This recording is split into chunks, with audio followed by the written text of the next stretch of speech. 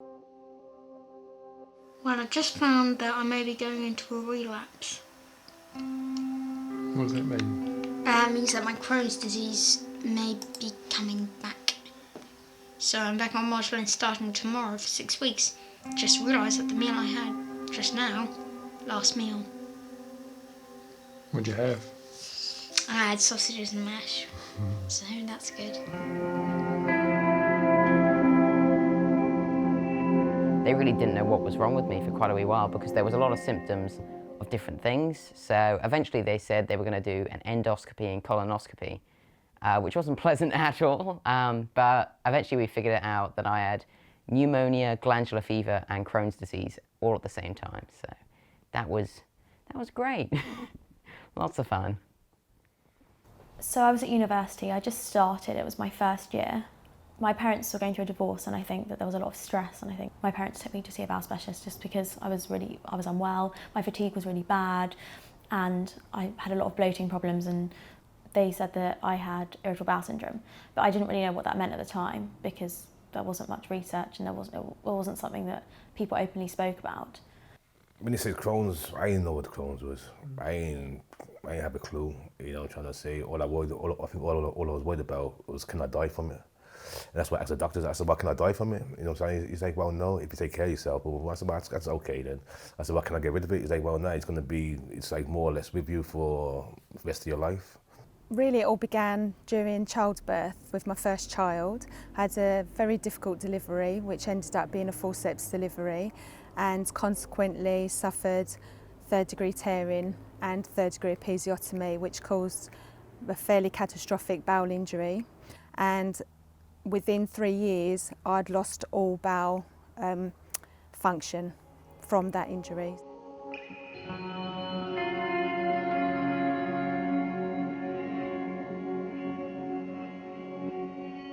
So there are lots of conditions that can negatively affect the gut, such as inflammatory bowel disease, irritable bowel syndrome. And the key symptom of many of these is pain. And pain can have a major impact on someone's quality of life, leading to negative mental health symptoms such as anxiety, but also just affecting their ability to do normal, everyday things. Although we have drugs that relieve pain, they don't always work. And also, they quite often cause side effects that affect gut function. So our research in my lab's doing is trying to understand how those nerves in the gut really work. What we're trying to do is to understand the different populations of nerves that innervate the colorectum.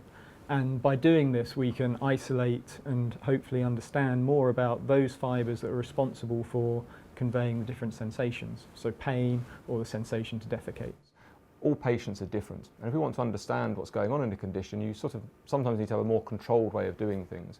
And our model organism for looking at diseases of the gut is the mouse. So we know a lot about the mouse anatomy, and we know a lot about how to work with the mouse in terms of controlling its genes, so you can look at the role of certain genes in certain syndromes. And importantly, if you use a whole animal, you can recreate a condition such as inflammatory bowel disease to see what changes between a healthy mouse and an unwell mouse, which is trying to mirror what goes on in humans experiencing these conditions. Generally speaking, we can divide bowel disorders into organic bowel disorders and functional bowel disorders. Organic bowel disorders are the types of bowel disorders that people have heard of every day. Bowel cancer, diverticular disease, inflammatory bowel disease. These are very common. The less recognised type of bowel disorders are functional bowel disorders.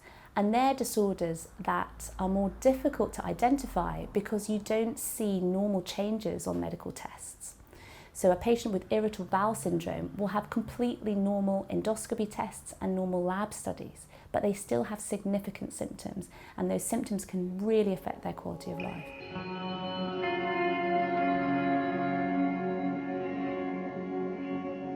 You were making new friends and I felt very alone. There was no one I could really turn to and talk to about my bowel problems. I felt quite embarrassed about it as well.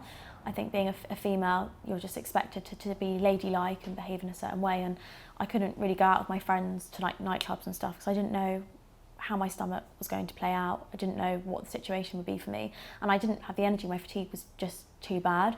So I felt really lonely, and often I would come home and work from home, study at home, just so that I didn't have to face people. I says, why me? I don't get diseases. I don't get this, I don't get that, so how come I got this? Where's it come from? You know, I say, how do you know it's Crohn's? You know, so I say, what is Crohn's? You know what I say? I was confused, really. I think more than confused, I was disgusted. I was disgusted to have a foreign object inside my body, a disease in my body, which usually I'm disease-free and all that stuff. So, yeah, I was disgusted with it, and I didn't like the diagnosis, but it is what it is, isn't it? Yeah. Mentally, I just felt pathetic. I really didn't know what was going on. I just thought, hey, maybe this is just what it's going to be like from now on. And I kept feeling really ill. My stomach, it was cramping like crazy, so occasionally you'd feel like someone just had literally taken a sledgehammer to my stomach. I just was in a bit of denial. I just thought that I didn't understand how much it was going to impact my life at all. I didn't. I mean, I've had 4 surgeries. I've had years and years of bowel trouble where at the worst points I was completely debilitated, that I couldn't even go to work or look after my children. I had no idea at that point that it would lead to that kind of illness at all. I didn't understand that. I hadn't really heard of anything like that could happen from childbirth. In the last 10 to 15 years, we've really changed our opinion on the underlying cause of functional bowel disorders. We previously thought that bowel continence was controlled mostly by the muscles surrounding the pelvic floor and the back passage. And we've come to realise that it's a lot more complicated than that. Sensation within the bowel really plays a key role. What we don't know yet is what are the environmental factors, right? What are the environmental triggers, if you wish, that set off a disease process. And when you look into the prevalence of these disorders in what we call the Western world over the last 4 or 5 decades, this has led to a quite steep increase. This involves also quite young patients, children actually developing, and they are getting younger, developing this disease. And over the last 1.5 decades, we observe a real global rise in these conditions. I would suspect it needs to be something that is probably in our food, right? But it's pure speculation. Many people have tried it so far essentially to address this, but we haven't found really any food triggers.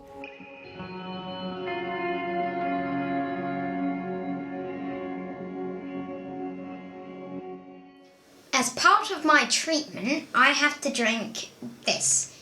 It looks like milk, it's not.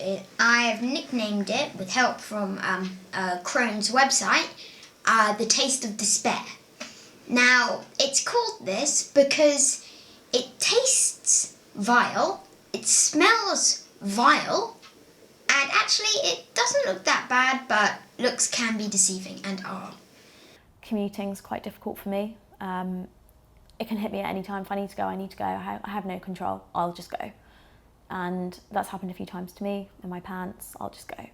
And I always carry spare underwear with me so that I've got to change, because obviously I've learned from previous experiences that I need to plan ahead. I used to walk and I used to get this sharp shooting pain in my stomach where I literally had to stop walking. I couldn't even take an extra pace or nothing. I don't care if I was crossing the road, I just have to just hold the traffic up or let the cars just like, yo, this man's mad. I have to probably act like I was mad or something so the cars will go around me. This is up in the States and the cars are zooming. You know what I'm trying to say? That pain was ridiculous, man. It was just, down to today, it was just like somebody sticking a hot, skinny needle through your intestines, through your stomach, into your stomach, just slowly, and and you couldn't do nothing. That pain was crazy. For me, the sensory nerve was destroyed during the actual delivery of my son. So therefore, there was no message ever going to the brain in order for me to be able to open my bowel. I could eat, I could digest, but I couldn't get any waste out of my body. My bowel was slammed shut. I was holding inside myself 8 to 10 times more than a normal person. So you're walking around like that the whole time and you can't do anything about it. And so something we're really trying to understand is, are all nerves going to the gut equal, or are some different? Are some only really important in playing a role in pain? And that's what some of the work we've been doing in the lab recently in a project led by Jim, was to try and understand, are all nerves the same that goes to colorectum? Because that's the real part of the gut that's generating pain in lots of these chronic conditions. I've looked at all the genes that are expressed by each of the individual nerves that innervate the colon. And we've identified 7 different populations, some of which we think are really important for sensing pain. some of which we think are much more involved in physiological sensations, such as the ability to sense when you need to go to the toilet.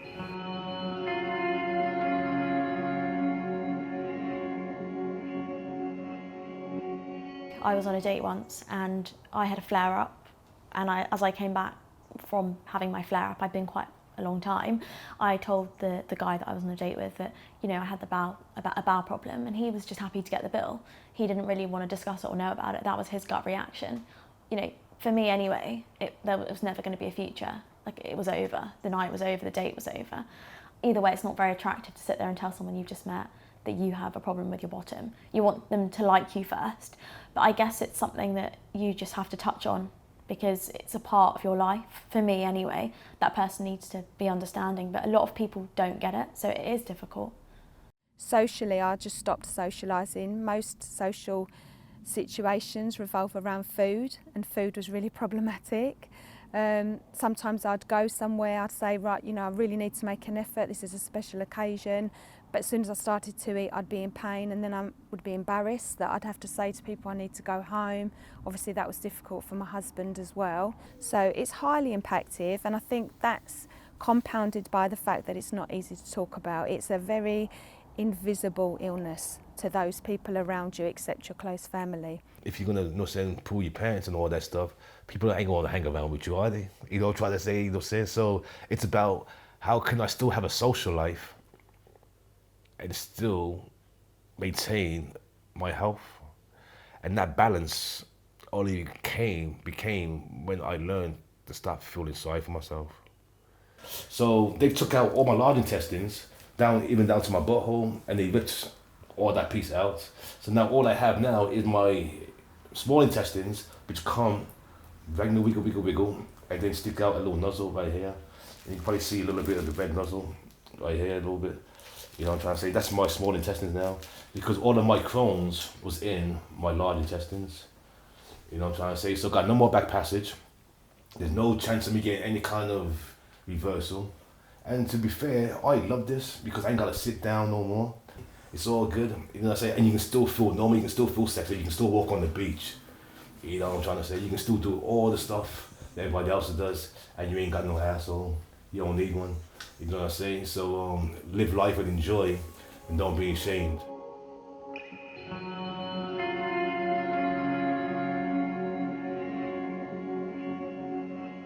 Many of my patients know precisely what can set off symptoms. Some patients tell me it's chocolate, others tell me essentially it's spicy food.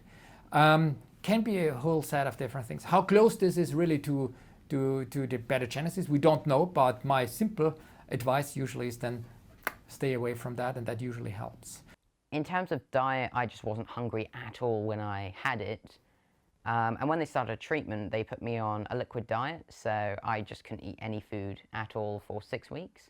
And after that, they decided they'd try to figure out what food type was actually affecting it and causing Crohn's disease to flare up. So they introduced foods once at a time. And I do remember eating my first potato. Uh-oh! Yeah. Oh my god. My mouth feels numb all of a sudden. Oh my gosh. I put it into my mouth and it suddenly went, oh, I can't feel my mouth. I can't feel my mouth.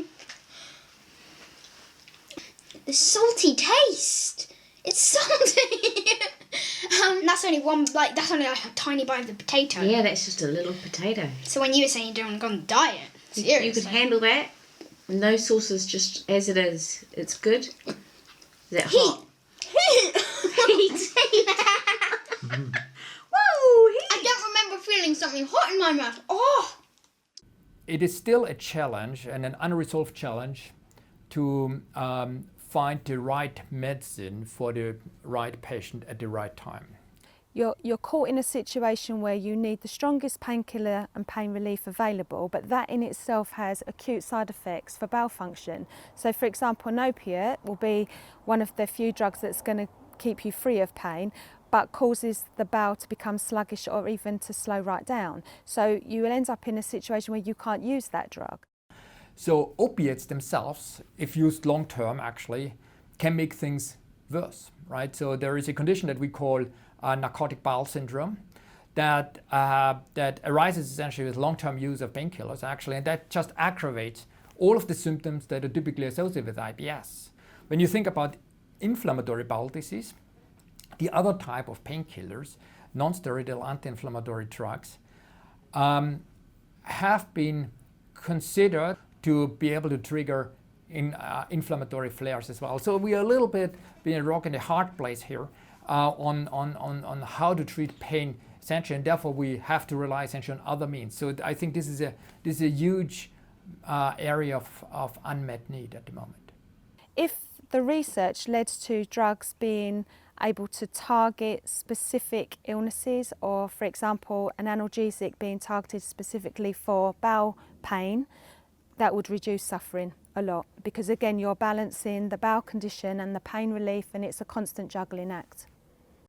So if we can understand which nerve fibres are driving pain at the source in the gut, then we can take that information and use it to direct our research and direct the development of new therapeutics.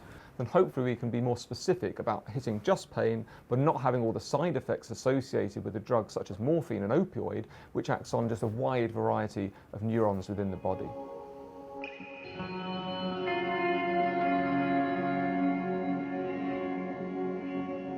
I still have the same symptoms and I still have the same flare-ups. I think how I mentally deal with it has helped me, and I think that I'm stronger to deal with it more now. So for me, it's not the end of the world. If I'm sick, I'll go out. I just wet my mouth and I'll go out. Whereas 8 years ago, I'd be in bed probably for 2 days after and be like traumatised by the fact that I was sick. It hurts physically, what I've told you about, and it hurts mentally to say why we gotta hide our disease. You know, say, is it because we got all our limbs? We got eyes, we got fingers, we got toes, we got legs, we got butt cheeks, but internally, we're hurting, we're bleeding, we're ripping apart, we're dysfunctioning.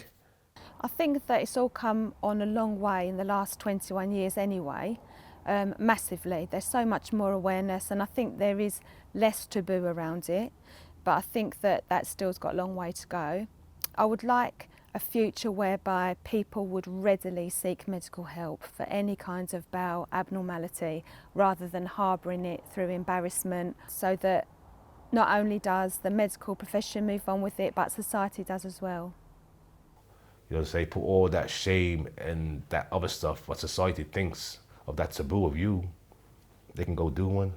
You know, say, love yourself. Don't be ashamed and help yourself as much as you can. You know what I'm saying? I think that's what I'll tell Paul back then. And to stay hopeful, keep hope alive. You know what I'm trying to say? Keep hope alive. I don't think there is an end in sight or ever, because there is no cure unless they chop my bowel out, and then I won't ever be able to go to the toilet again. So unless I do that, which I am very against, it is always going to be there. It's always going to be something that is part of me.